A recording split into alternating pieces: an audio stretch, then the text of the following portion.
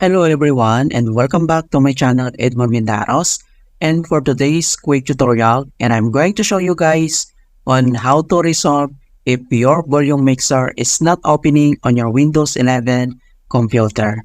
Kung paano ba natin ito i-fix, and without further ado, and let's go ahead. So all you have to do is to open up on the search menu, and then dito ay kailangan mo lang i-type yung troubleshoot settings, and then click mo lang open.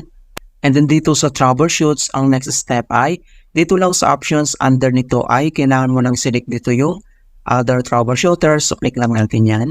And then dito sa other troubleshooters, dito lang sa most frequent, ang next step ay kailangan mo lang select dito yung audio.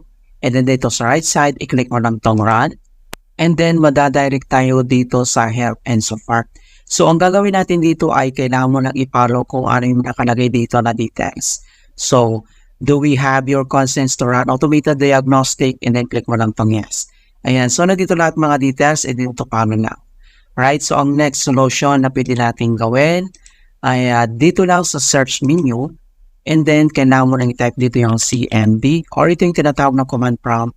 So kailangan mo lang mag-right click and then select mo lang dito yung run as administrator. If you receive user account control, and then i-click mo lang tong yes. And then dito sa administrator command prompt ay kailangan lang natin i-enter yung command keyword na dsem space slash online space slash cleanup dash image space slash restore health. So copy lang natin yan. And then next step ay i-paste natin dito. Kung paano ba natin ito i-paste? So dito sa taas kailangan mo lang mag-right click. And then next ay select mo lang dito yung edit. And then next click mo lang tong yes. And then press mo lang yung enter. And so dito ay kailangan mo lang hintayin na ma-complete yung verifications into 100%. Okay, so makikita mo dito na the restore operations completed successfully. And then next command keyword na kailangan natin i-type ay enter lang natin ang sfc space slash scan now. So one word yung slash scan now, and then it should be in all small letters. Okay, ito siya lahat. And then press mo lang yung enter.